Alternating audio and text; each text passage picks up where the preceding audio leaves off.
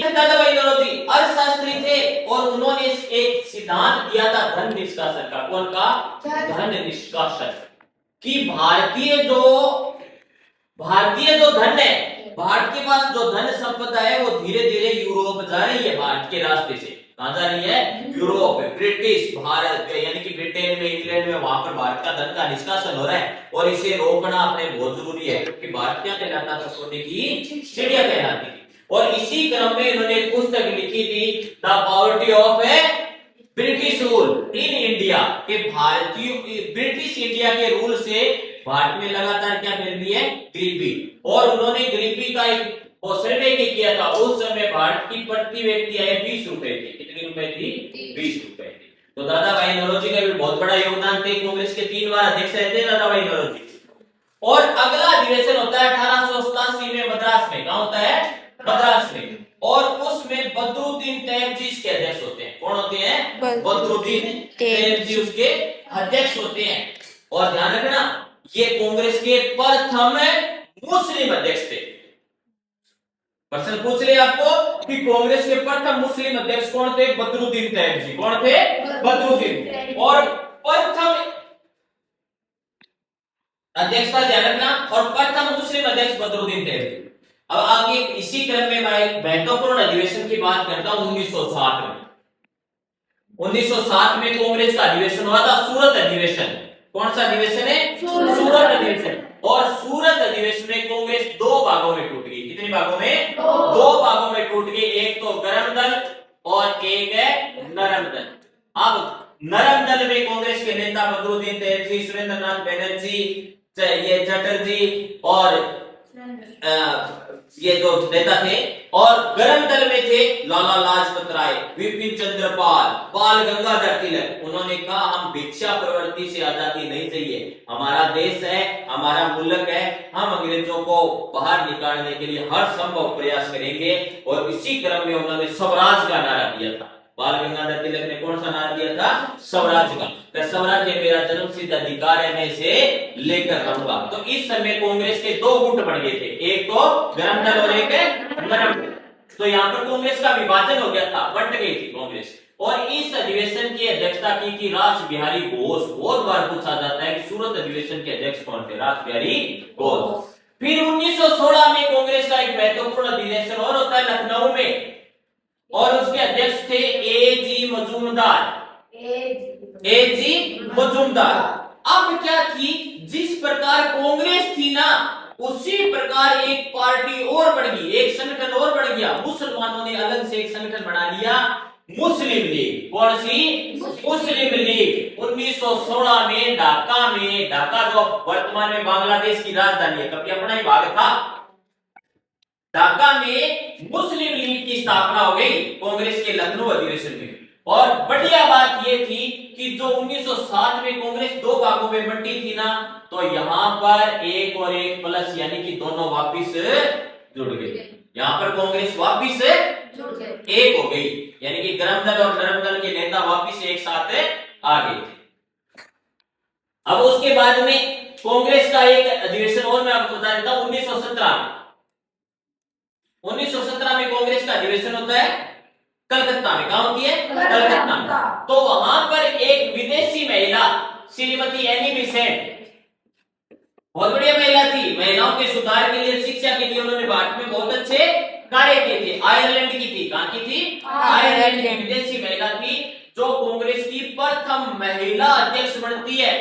आपसे पूछ रहे कि कांग्रेस की प्रथम महिला अध्यक्ष कौन थी? तो श्रीमती एनी बेसेंट कांग्रेस की प्रथम महिला अध्यक्ष थी। और एक बात और बता देता हूं कि 1924 में, अभी तक गांधी जी का नाम नहीं आया, एक बात और सुनो क्या आप? हाँ, 1919 वाला बात करते हैं। 1919 में कांग्रेस का अमृतसर अधिवेशन होता है। कहां होता है? अमृतसर अधिवेशन। और इसकी अध्यक्षता करते हैं मोतीलाल नेहरू। कौन करते हैं? मोतीलाल नेहरू, जवाहरलाल नेहरू के पिताश्री थे। ठीक है, मोतीलाल नेहरू। क्योंकि 1919 में जो अमृतसर अधिवेशन हुआ था, उससे पहले आपको बता देता हूं कि 1313 में पंजाब में अमृतसर में जलियांवाला बाग हत्याकांड हुआ था। वहां पर एक बाग था, वहां पर लोगों की सभा चल रही थी देश की आजादी में योगदान के लिए, और वहां पर गवर्नर जनरल आता है, जनरल डायर, अंधाधुंध गोलियां वहां पर बरसाई जाती है, और कुछ हजारों लोग वहां पर है। ऊंची ऊंची दीवार थी, भाग पाए नहीं, कुएं थे, अंदर कोई कुओं के अंदर कूद गया कोई। आज भी कभी जाओ ना आप अमृतसर तो देख के आना जलियांवाला बाग। तो उसके लिए जलियांवाला बाग के लिए क्या हुई थी, अमृतसर में अधिवेशन हुआ था और उसकी जांच के लिए कमेटी बनाई गई थी। तो अंग्रेजों ने जो कमेटी बनाई थी उसके अनुसार तो 379 लोग मरे। कितने लोग मरे? 379। और भारत में जो मोतीलाल नेहरू की अध्यक्षता में, मदन मोहन मालवीय की अध्यक्षता में एक कमेटी बनाई गई थी, उसके अनुसार 1000 लोग मारे गए। कितने लोग मारे गए थे? 1000 लोग मारे गए। आगे बढ़ेंगे अपने जलियांवाला बाग हत्याकांड। और 1920 में कांग्रेस का नागपुर अधिवेशन होता है। सी विजय राघवाचार्य इसके अध्यक्ष थे। 1920 में कौन सा अधिवेशन होता है? नागपुर अधिवेशन, और सी विजय राघवाचार्य इसके अध्यक्ष थे। इस अधिवेशन में क्या होता है? गांधी जी का पहला बड़ा आंदोलन असहयोग आंदोलन। कौन सा आंदोलन है? असहयोग आंदोलन की शुरुआत होती है। इस अधिवेशन में मंजूरी मिलती है गांधी जी की असहयोग आंदोलन है वो शुरू करने में। अब बात करते हैं गांधी जी की। गांधी जी एक बार, मात्र कांग्रेस के एक बार अध्यक्ष रहते हैं। बहुत बार पूछा जाता है कि गांधी जी कांग्रेस के अध्यक्ष कब रहे थे? तो 1924 में कर्नाटक का एक गांव था बेलगाम। कौन सा था? बेलगाम। कर्नाटक का एक गांव था बेलगाम, और बेलगाम में कांग्रेस के अध्यक्ष कौन रहते हैं? गांधी जी। एक बार, मात्र एक बार। अब आप बहुत बार ये प्रश्न करते हो 26 जनवरी बड़ा, 26 जनवरी दिनांक क्यों रखी? 26 जनवरी की दिनांक महत्वपूर्ण क्यों है? संविधान तो पहले बन गया था, क्योंकि संविधान तो 26 नवंबर 1949 को बनकर तैयार था। अधिकांश भाग संविधान का 26 नवंबर 1949 को लागू कर दिया था। तो 26 जनवरी एक साल तक यानी 4-5 महीने से वेट क्यों किया? इसकी कहानी बताता हूं। 1929 में कांग्रेस का लाहौर में अधिवेशन होता है। लाहौर अपना ही था, पाकिस्तान वाला लाहौर क्या था? अपना ही था।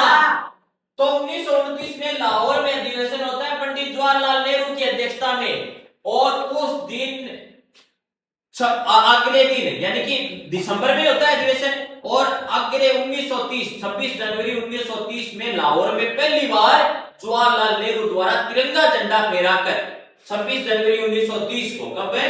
26 जनवरी 1930 को पंडित जवाहरलाल नेहरू द्वारा लाहौर में रावी नदी के तट पर पहली बार तिरंगा झंडा फहराया गया कि हम, भारत हमारा है, आज से हम क्या है? स्वतंत्र है। उस 26 जनवरी 1930 की तारीख को ध्यान में रखते हुए अपने भारतीय संविधान को 26 जनवरी 1950 को लागू किया। समझ में आई बात? तो ये 26 जनवरी 1930 की तारीख महत्वपूर्ण है। 26 जनवरी 1930 को पहली बार स्वतंत्रता का झंडा फहराया गया, तो उसी दिनांक को 26 जनवरी 1950 को अपना संविधान लागू किया। ध्यान रखना, ठीक है। अब होता है कांग्रेस का 1938 में हरिपुरा अधिवेशन। कौन सा? हरिपुरा अधिवेशन। उसमें नेताजी सुभाष चंद्र बोस कांग्रेस के अध्यक्ष बनते हैं। अब गांधी जी सुभाष चंद्र बोस को अध्यक्ष बनाने के पक्ष में नहीं थे।